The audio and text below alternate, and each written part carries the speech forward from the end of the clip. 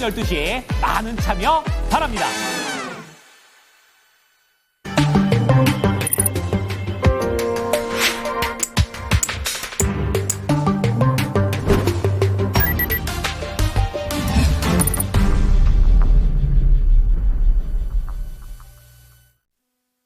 금요일 연준와처 시간입니다. 연준의 데이터를 통해서 시장의 매크로 변수들을 예측해 볼 수 있는 시간인데요. 도움 말씀 주실 이코노미 21의 양영빈 기자 모셨습니다. 기자님 어서 오세요. 네, 안녕하세요. 네, 오늘 기자님과 함께 이야기할 주제는 바로 미국의 10월 PC에 대해서 분석을 해보려고 합니다. 전일 미국의 PCE 발표가 있었습니다. 일단 헤드라인 PCE는 2.1에서 2.3% 올랐고요. 근원 PCE는 2.7%에서 2.8%로 집계가 됐습니다. 일단 PCE 인플레이션에서 가장 중요한 게 무엇인지 저희가 짚어볼게요, 기자님. 네, 이번 달에 이제 여기 우리가 차트를 보시면요. 네. 파란색이 이제 근원 PC이고요. 그다음에 그 헤드라인 PC이고요. 네. 그다음에 주황색이 근원 PC인데요. 지난번이 이제 이 우리가 근원 PC를 보는 이유는 이게 연준이 굉장히 신경 쓰는 그 지표니까 그렇거든요. 네. 근데 지난달에 얼마였냐면 2.7%였고 이번 달에 2.8%였어요. 네. 근데 그걸 자세히 들여다보면은 지난달에는 사실은 이게 연준은 이 데이터를 발표할 때 소수 둘째 자리에서 반올림을 해줍니다. 네. 근데 지난달이 2.653이었어요. 오. 그러니까 2.655에서 반올림 하니까 2.7이 된 거예요. 네. 그러니까 만약에 이게 2.64999 이렇게 됐다. 네. 그럼 2.6%였을 텐데 네. 이게 지난 0.003% 높아서 네. 이게 2.7이 된 거거든요. 그래서 그리고 이제 그 이번 달은 2.8인데 뭐 이건 네. 거의 똑같아요. 그러니까 2.796이니까요. 실질적으로 올라온 거는 그냥 0.1% 올라온 게 아니라 사실은 거의 0.15%가 올라온 거예요. 그래서 이제 그것도 있고 그다음에 이제 중요한 거는 시장 예상치에 부합은 했습니다. 네. 근데 그게 그다지 중요한 건 아니고 구체적으로 그 안에 어떤 항목들이 PC를 올렸는지 네. 그거는 이제 뭐 이후에 좀 더 자세히 보기로 하고요. 네. 예, 그런 것들은 이제 우리가 봐야 될 것 같습니다. 일단 인플레이션에서 중요한 게 가장 무엇이 있는지 또 인플레이션의 특징에 대해서 짚어보도록 할 텐데요. 일단 근원 PC는 전월 대비 0.3% 상승을 했고 또 헤드라인 PC가 전월 대비 0.2% 상승을 했습니다. 이렇게 전월 대비로도 보기도 하고 또 전년 대비로도 보기도 네. 하는데요. 이게 또 어떤 게 더 중요한지 헷갈리시는 분들이 굉장히 있으실 것 같아요. 이게 인플레이션에는 어떤 관계가 있다고 봐야 될까요? 그러니까 이것도 이제 재미있었던 게 네. 근원 PC 그냥 헤드라인 PC는 전월 대비 0.2만 올랐어요. 네. 그런데 전년 대비로는 또 0.2 올랐거든요. 많이 오른 거죠. 네. 그런데 이 그 근원 인플레이션은 전월 대비 0.2가 올랐는데 그 전년 대비로는 0.1밖에 안 올랐어요. 그러니까 네. 또 거의 비슷하게 올랐는데 헤드라인 PC는 많이 오르고 그다음에 근원 PC는 좀 덜 올랐거든요. 네. 근데 그런 이유 중에 이제 그런 게 어떤 게 있냐면요. 그러니까 이거는 이제 아주 간단하게 계산하는 방법인데요. 네. 이제 10월이 지났으니까 앞으로 11월 거를 본다. 그럼 11월의 인플레이션을 어떻게 계산하냐? 그럼 10월에 나온 인플레이션 있죠. 거기에다가 11월에 새로 뭔가 들어오잖아요. 네. 그건 이제 전월 대비죠. 지난달 대비한 거 네. 그걸 더해주고 작년 11월 거를 빼주면 됩니다. 그러면 아주 계산이 간단하게 네. 물론 아주 정확하진 않은데 그래도 거의 소수 한 셋째 자리 정도까지는 비슷해요. 그러니까 뭐 그냥 이제 이렇게 계산해도 네. 전혀 무리가 없는데 이건 왜 제가 말씀드리자면은 네.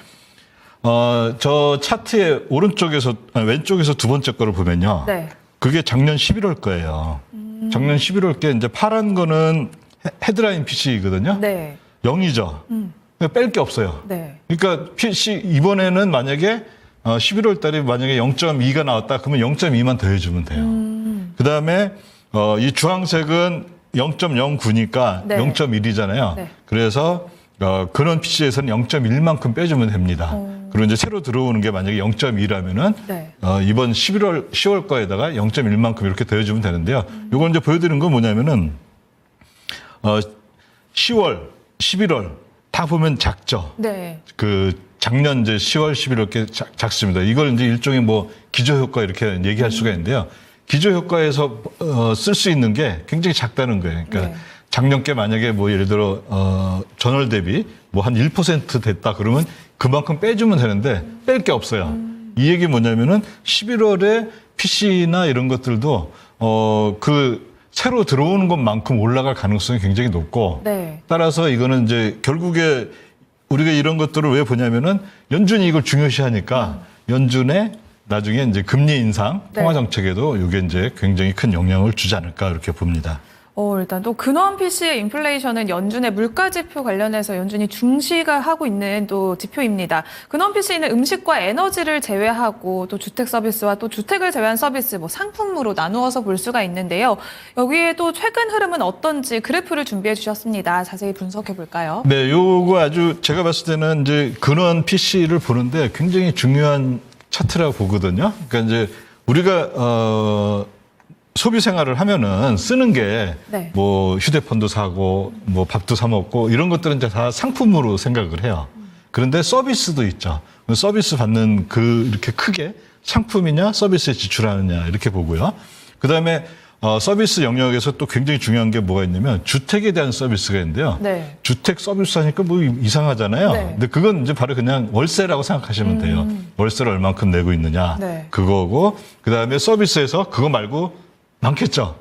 예를 들어 우리가 식당에 가서 밥을 사 먹는다. 네. 그러면 그 밥의 원가도 있겠지만은 그 뭐라 해야 되나 그 음식 자체는 상품에 속하지만 네. 그거를 뭐 나르고 뭐 하는 이제 서비스하는 분들 있잖아요. 네. 그런 것들은 이제 다 이제 서비스 비용으로 들어가는 거죠. 그러면 상품이 이 주황색입니다. 네. 상품이 굉장히 많을 것 같지만요. PC에서 이제 상품이 차지하는 게 한 25%밖에 안 돼요. 그래서 그 주황색이 작년에 이제 22년 네. 여름에 가장 이제 피크를 쳤을 때 주황색이 굉장히 높잖아요. 네. 근데 지금 어떻게 됐냐면요. 오른쪽 끝에 밑에 보면은 마이너스로 가 있어요. 네. 그러니까 이거는 이제 주황색이 인플레이션에 기여하는 건 오히려 인플레이션을 떨어뜨리는 역할을 하고 있고요. 네. 그 다음에 맨 밑에 노란색은 바로 주택 서비스입니다. 이거는 보면은 굉장히 변화가 아주 부드럽죠. 네. 이거는 이제 왜냐면은 주택 서비스라는 거는 오늘 가가지고 내가 주택 서비스 받고 뭐 또 일주일 가서 서비스 받는 게 아니라 보통 연 단위로 계획을 하잖아요. 네. 그러니까 이게 이제 오를 때 천천히 오르고 떨어질 때도 천천히 떨어지는 모습을 보여줍니다. 대신 굉장히 뭐라 해야 되나 많이 쓰는 표현 있죠. 스티키하다. 네. 그러니까 이제 잘 안 변한다. 그거겠죠. 그 다음에 제일 큰 부분을 차지하는 주택도 빼고 그 다음에 뭐 또 그 에너지 관련 서비스도 있습니다. 그런 것들은 이제 뭐 가스 그 다음에 그 전기세 이런 것들도 다 빼고 순수한 서비스만 본 거. 네. 이게 이제 파란색인데요. 이게 제일 커요. 이게. 근데 최근에 9월에서 10월에 이렇게 딱 살짝 올랐잖아요. 네. 그 다 어디에서 가져갔냐면은 어디가 이제 기여한 거냐면 바로 주택 뭐 이런 이제 그런 거 뺀 서비스에서 가져갔다는 거죠. 그러면 이거를 높이는 게 뭐냐? 네. 그거에 대해서 우리가 생각을 해봐야 되겠죠. 그럼 근원 PC는 서비스의 가격 변화에 더 큰 영향을 받는다라고 저희가 이렇게 그래프를 통해서도 확인을 봤는데 그리고 또 파월이 중요하다고 강조를 했던 슈퍼코어 서비스가 있습니다. 슈퍼코어 서비스는 뭔가요, 기자님? 네, 그러니까 이제 뭐 코어라는 건 근원이잖아요. 그럼 근원 PC는 뭐냐면 이게 자꾸 변하는 거 이런 것들을 뺀 거고요. 그래서 음식값 왜냐하면 해외에서 수입하는 것도 한데 날씨에 굉장히 영향을 받으니까 음식값 그다음에 연료 뭐 주로 이제 자동차를 타니까 가솔린 값이겠죠. 그런 거 네. 굉장히 굉장히 큰 국제 정치에도 영향을 받고 하니까요. 그런 것들 뺀 건데요. 서비스에서 파월은 이게 나는 제일 중요해 이렇게 한 거예요. 이게 네. 22년인가 요때 한번 이제 연설을 하면서 그 얘기를 했는데요. 그게 뭐냐면은 자, 주택값도 빼자. 이거 너무 천천히 반영이 되고 네. 굉장히 스티키하니까 빼고 제일 중요한 거는 실제 우리가 노동자 임금이 제일 많이 들어가는 그런 이제 서비스일 거다. 해서 그런 것들을 다 빼고 그거 순수한 이제 서비스만 보자. 주로 이제 이거는 인건비가 차지하겠죠. 네. 그거를 보니까 얘가 근원 PC에서 차지하는 비중이 상당히 높습니다. 거의 60%에 가까워요. 네. 지금 제가 어제 계산해 보니까 한 58% 나오더라고요. 그러니까 얘가 오르고 떨어짐에 따라서 이 굉장히 네. 그 이제 그 코어 그 근원 PC 가격이 그 인플레이션 올랐다 내렸다 하는데 네. 굉장히 큰 영향을 주는데요. 여기에 보면은 지난 9월에 3.24%였어요. 네. 그 이제 인플레이션율이요. 근데 이번 10월에 3.52%로 무려 0.28 정도가 올랐습니다. 0.3%가 올랐어요. 네. 근데 이거는 60% 차지하잖아요. 그러면 한 1.8% 차지를 한 거예요. 그러니까 네. 그 근원 PC에서 근원 PC가 지금 2.8인데 1.8이니까 뭐 한 3분의 1을 다 차지한 거예요. 얘가 얘 혼자서. 네. 그러니까 요게 이제 굉장히 중요해지고 그다음에 이거는 결국엔 뭐냐? 임금입니다, 이게. 네. 이게 사실 다 이제 그 노동자 월급 네. 그런 거라서 연준이 이제 굉장히 주의하는 거고 그다음에 그 임금에 가장 큰 영향을 주는 것 중에 하나가 뭐가 있겠어요?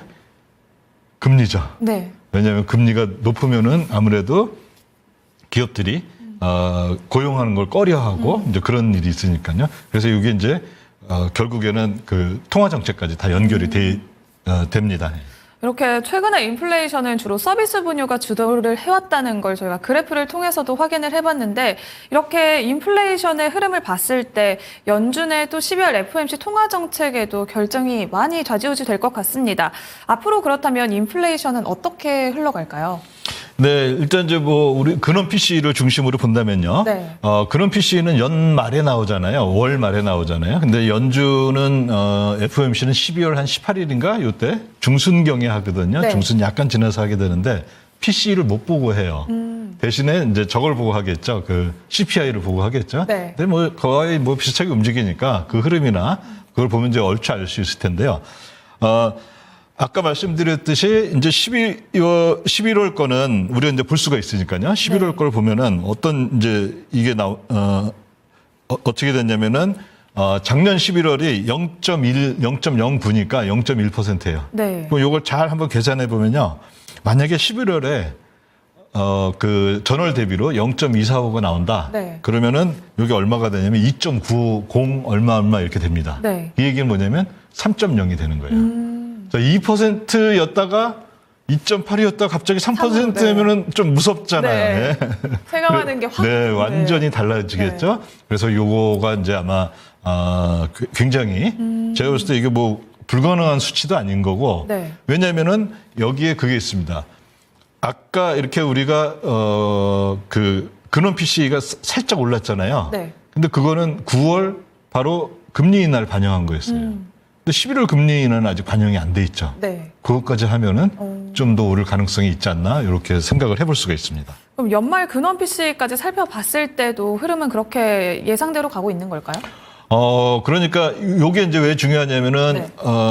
연준은 FOMC에서 1년에 4번, 즉 3, 6, 9, 12월에 굉장히 중요한 걸 발표합니다. 네. 그러니까 다른 FOMC는 거의 그냥 뭐 통화정책에서 금리 얼마 하냐 이런 거 이 정도만 하는데 3, 6, 9, 12에는 뭘 하냐면은 이제 앞으로 우리의 경제 전망은 어때? 하고 그 유명한 또 점도표 있죠. 네. 그걸 같이 이제 보여주는 건데요. 거기에서 가장 최근에 있었던 건 지난 9월에 그 예상인데요. 네. 우리가 이제 그 연말에 뭐죠? 기준금리를 얼마로 전망을 한다. 네. 그럼 왜 이렇게 전망하는데요? 그러면은 경제는 GDP는 얼마일 거고 실업률은 얼마일 거고 그다음에 세 가지가 있죠. 하나는 더 또 그 코어 PC 그러니까 근원 PC가 얼마일 거고 그러니까 이렇게 되니까 네. 그 기준금리는 얼마였을 이 정도가 적당하다 이렇게 한 거예요. 근데 그 근거가 틀리면 네. 그렇게 전망한 게 틀리면은 기준금리도 바꿔야 되겠죠. 그렇죠. 네, 그래서 이제 그게 중요한데요. PC를 연준은 얼마를 예상했냐면은 2024년 말까지 2.6%를 그때 전망을 했어요. 네. 근데 전망을 그걸 맞추다 보니까 네. 제가 계산해 보니까 11월, 12월이 0.06씩 이제 평균적으로 이렇게 나와야 돼요. 네. 그 거의 불가능해 보이죠. 그렇죠.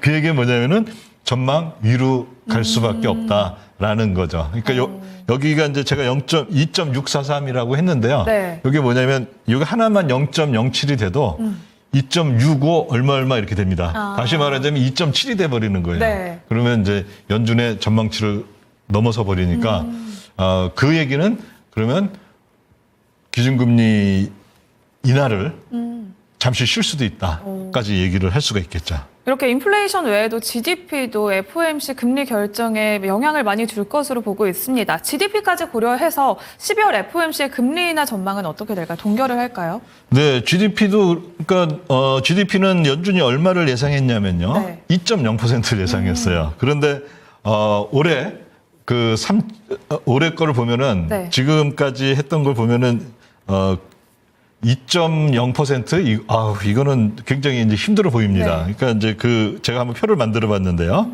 FOMC 이제 맨 위에 파란색이 네. 9월 FOMC의 전망이었어요. GDP 2.0, 그다음에 실업률 4.0, 그다음에 PCE, 그런 PCE 2.6. 네. 그래서 우리는 기준금리를 4.4. 그러니까 이건 4.4라는 얘기는 4.25에서 4.5 사이에서 있게 한다는 거겠죠. 네. 근데 지금은 이제 4.5에서 4.75잖아요. 그 얘기는 뭐냐면은 9월에 예상대로였으면은 12월에 한 번 더 기준금리를 더 이제 한 번 더 인하를 해줘야 되는데, 자, GDP 한번 1분기, 2분기, 3분기 한번 보면요. 네. 현재 나온 거는 1.6, 3.0, 2.8입니다. 근데 제가 한번 예상을 해봤어요.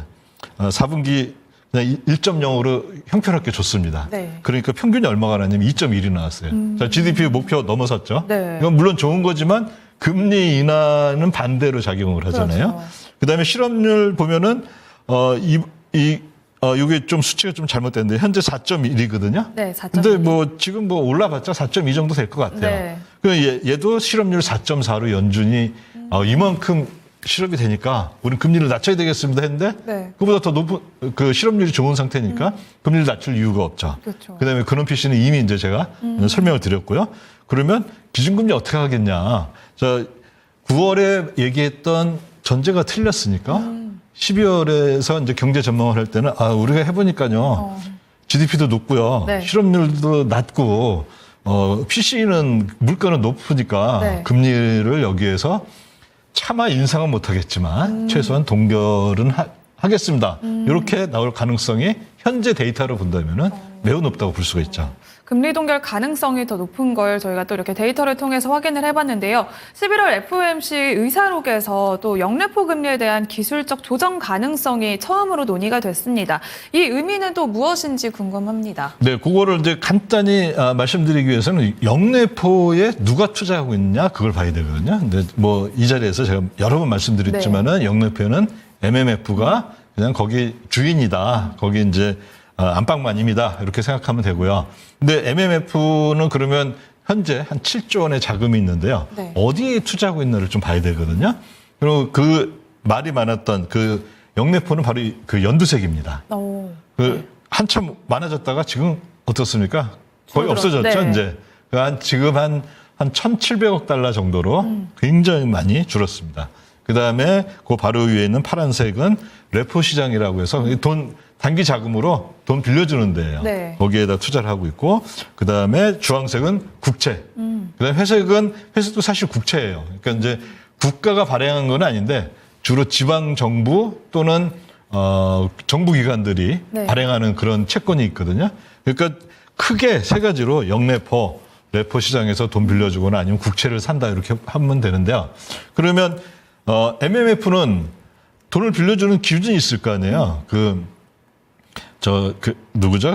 연준이 네. 와서 연준이 야 너네 여기서 사한다고 사는 그런 데가 아니거든요. 네. MMF는 장사하는 데니까 수익이 최선이고 그 얘기는 뭐냐면 수익률이 제일 높은 데다가 투자를 하겠다는 거예요.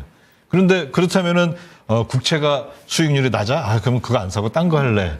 뭐 이렇게 되는 거기 때문에 MMF한테는 수익률이 제일 좋은 거. 그런데 지난번 의사록에서 이게 이제 FOMC가 열리면 한 3주 후에 발표가 되는데요. 여러 가지 이제 얘기가 있었는데 특이할 만한 것 중에 하나가 뭐냐면 영래포 금리를 5bps 내린다 그랬어요. 네. 5bps 내린다는 것은 어떤 얘기냐면은 현재 기준금리가 있으면은 지금 4.25가 미치고 네. 상단이 4.5잖아요.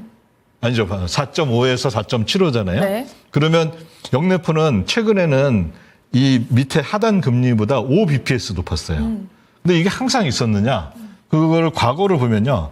이게 바로 영래포하고 기준금리 하단 사이의 그 차이거든요. 네. 저기 오른쪽은 55bp였어요. 그게 최근 상태입니다. 네. 근데 과거에 보면은 2020년에 오히려 영래포 금리가 기준금리 하단보다 낮네요. 55bp에서 네. 낮은 적도 있습니다. 그럼 이런 것들은 왜 했느냐? 연준이 봤을 때 지금 이제 연준이 보는 이제 그 단기 자금 시장에 금리가 너무 높아. 이거 좀 낮추고 싶은데 그거는 연준이 기준금리 정해서 딱 낮출 수 있는 데가 아니거든요. 네. 시장이 알아서 하는 건데 영래포 금리를 낮춤으로 인해서 그 레포 시장이라고 하죠. 또는 소프 시장이라고 네. 하고요. 거기에 금리를 낮추는 효과를 지금 생각하고 있다. 이렇게 볼 수가 있습니다. 네, 그러면 오늘은 기자님 말씀은 여기까지 듣도록 하겠습니다. 오늘 말씀 고맙습니다. 네, 감사합니다. 네, 이코노미 21 양영빈 기자와 함께한 연준와처 시간이었습니다. 오늘은 10월 PC 분석과 함께 12월 FOMC 전망에 대한 이야기를 함께 나눠봤고요. 다양한 투자 판단에 도움이 되는 이야기 전해드렸습니다. 남은 시간도 토마토 증권통과 함께 하시길 바라겠고요. 주말도 잘 보내시고 저는 다음 주 월요일에 다시 찾아오도록 하겠습니다. 시장의 중심은 여기서 마치겠습니다. 고맙습니다.